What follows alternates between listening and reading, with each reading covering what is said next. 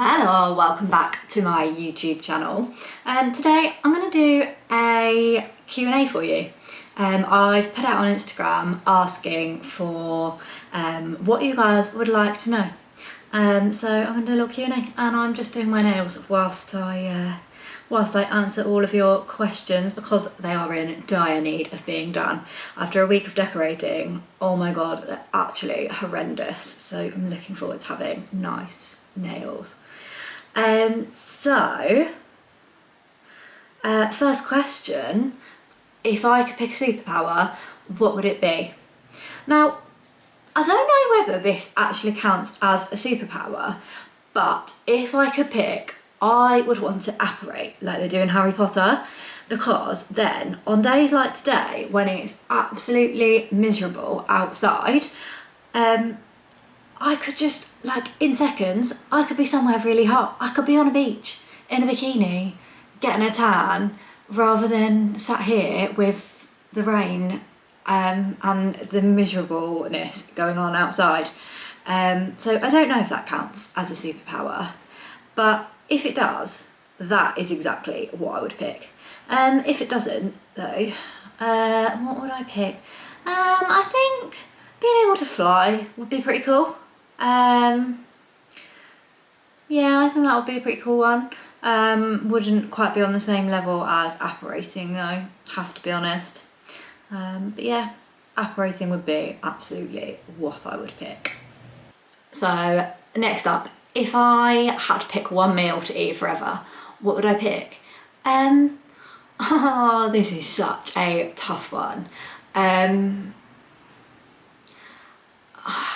It would, can I have two? Is that allowed? It would either be duck fajitas from the Albion, because I just absolutely love them, or it would be roast lamb. There's like roast lamb when it's just falling apart, like so slow roasted with roast potatoes and dauphinoise potatoes, and then got to have with it cheesy leeks. If you've not tried them, they're absolutely banging and you need to.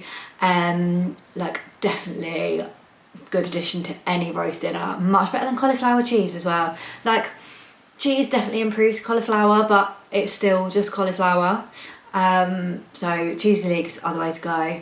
And then what else would I have with it? I think roasted carrot as well. There's just something about it, like honey roasted parsnips as well. Yeah, it's got to be between those two. Ideally, I'd like to just alternate between the both of them, if that's okay. Is that allowed? I'm gonna say that's allowed. I knew that something about HYROX would come up. So how did I get into HYROX? This is a funny story, really. I turned up to the gym in, when was it? June last year, right? Turned up to the gym, nice sunny day, and the girls literally sort of like accost me as I'm about to go in. They're like, "Oh, we're gonna do a circuit session outside. Do you want to join?" I was like, "Yeah, okay, look, it's a nice day, that's cool." So, you know, I'll do that and then I'll go in and do my actual workout. And turns out one of the girls, Jazz, had actually signed up to do this thing called HYROX that I had never heard of before. And yeah, so we did our session. She'd planned it, and it was not just a typical normal circuit session. But when we look back now, because we filmed our first one, oh my god, what we thought was hard back then, like absolutely piss easy compared to what we do now. It's actually really funny looking back on that first reel that we made and thinking that it was a killer session and that we worked really hard.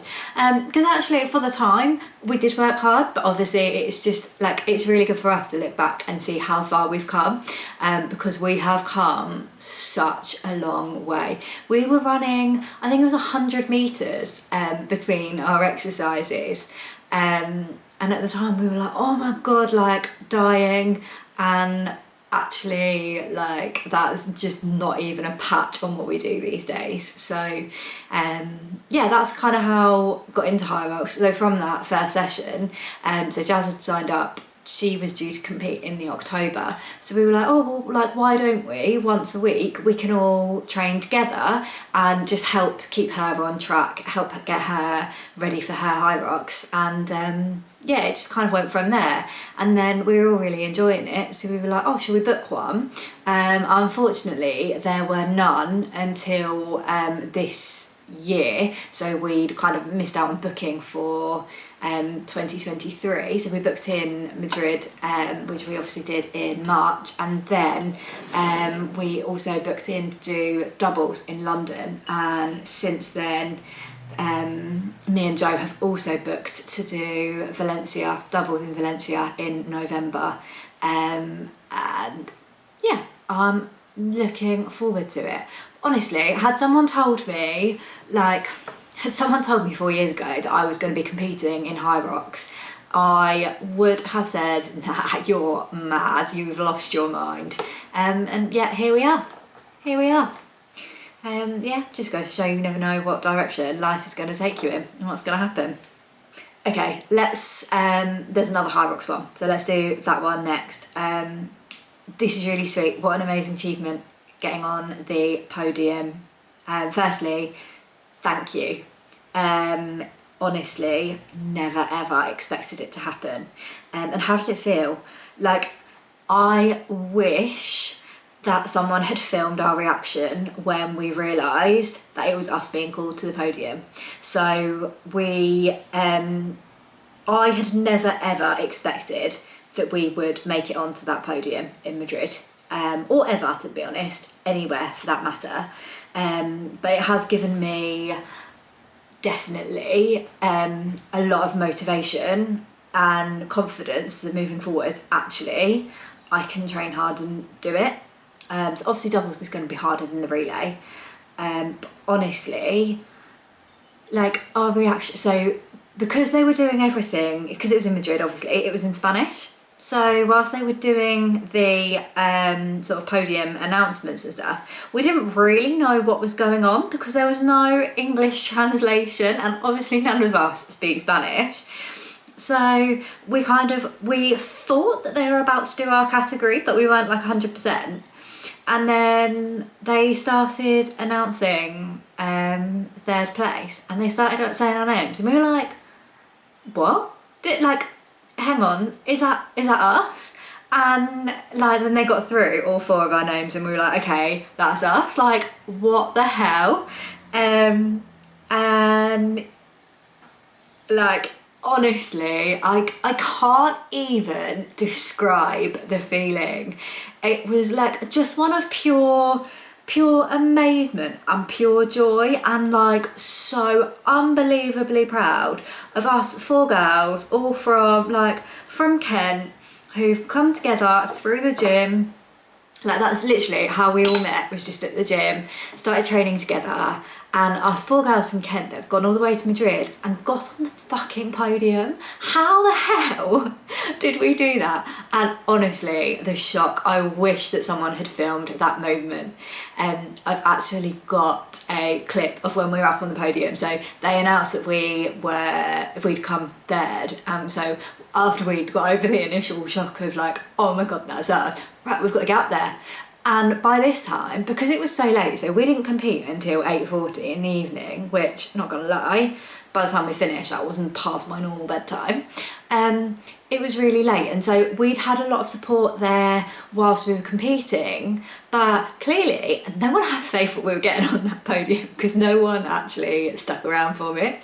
So we didn't have any of our like friends and family there to take pictures for us. So there's these 2 people in front of the like podium, just like random people, and I'm just like, here, take my phone, like I need pictures. And I think they were Spanish, so they obviously knew some English, so knew exactly what we wanted.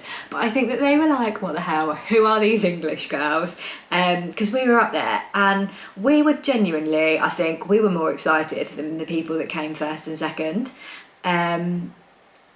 Because we genuinely didn't expect to be up there, and we're just there going wild, like proper Brits abroad on that podium.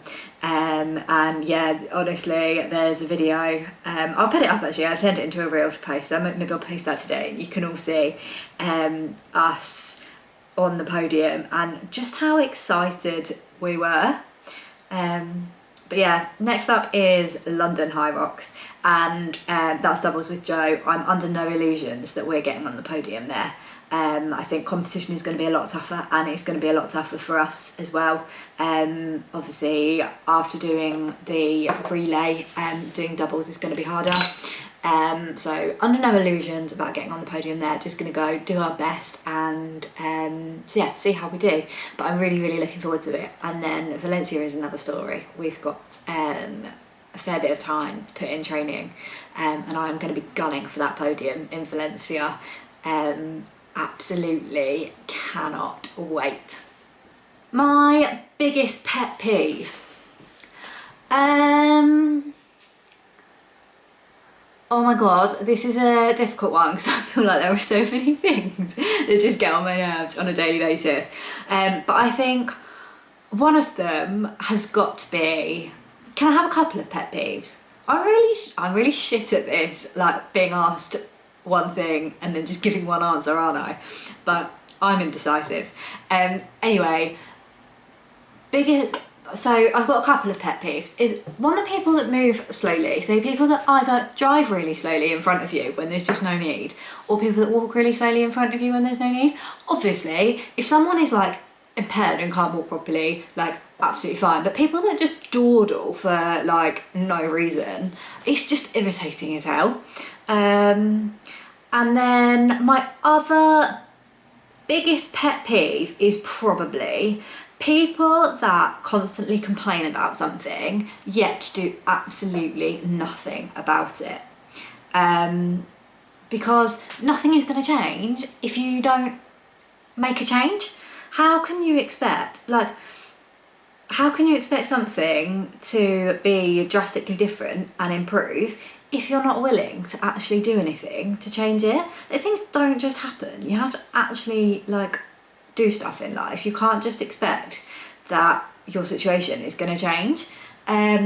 That's probably one of my biggest pet peeves. Like, fair enough if you just accept it and carry on the way that you are, but people that constantly moan about it, that does actually really get on my nerves. There are so many inspirational people out there. I was watching a reel the other day, and it's this girl she'd lost her arm in an accident, so she'd had it amputated at the elbow.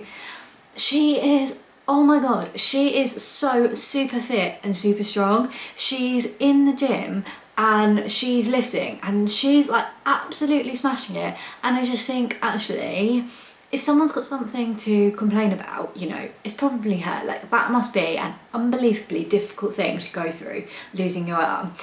But she's making the best out of it. And I'm just like, right, so if she can do it, then what's your excuse? If I get people moaning to me, oh yeah, but I just can't. And I'm just like, no, but you can. I don't mean that to sound harsh, but you can. I do read an awful lot. My favourite book, again, I'm going to do two, but I'm going to do fiction and non-fiction. So I love reading both. There's nothing like a good thriller for me to just just really get into reading and escape and just really enjoy a good sort of fiction book. I love thrillers. One of my favourite authors who I've discovered recently is Frida McFadden. So she has written loads of thrillers. The Housemaid, The Housemaid's Secret. There's a third one in the series actually, which I've not read yet. But I've read quite a lot of her books and they are really, really good. Really easy to read, but lots of twists and turns. And yeah, really enjoy those. And then if we're talking non-fiction, it has got to be Atomic Habits. It's one of my all-time favourite books and I have recommended it to so many people. I genuinely think it's a book that everybody should read. So it's all about how the little things that we do all compound and add up into big things. So you can't just look at one big thing and I think that it's just happened because actually there are so many smaller things that have gone into that one big thing. And that for me, I think, is such an important lesson. And yeah, I genuinely think that everybody should read that book at some point in their life. Probably the sooner the better, to be honest.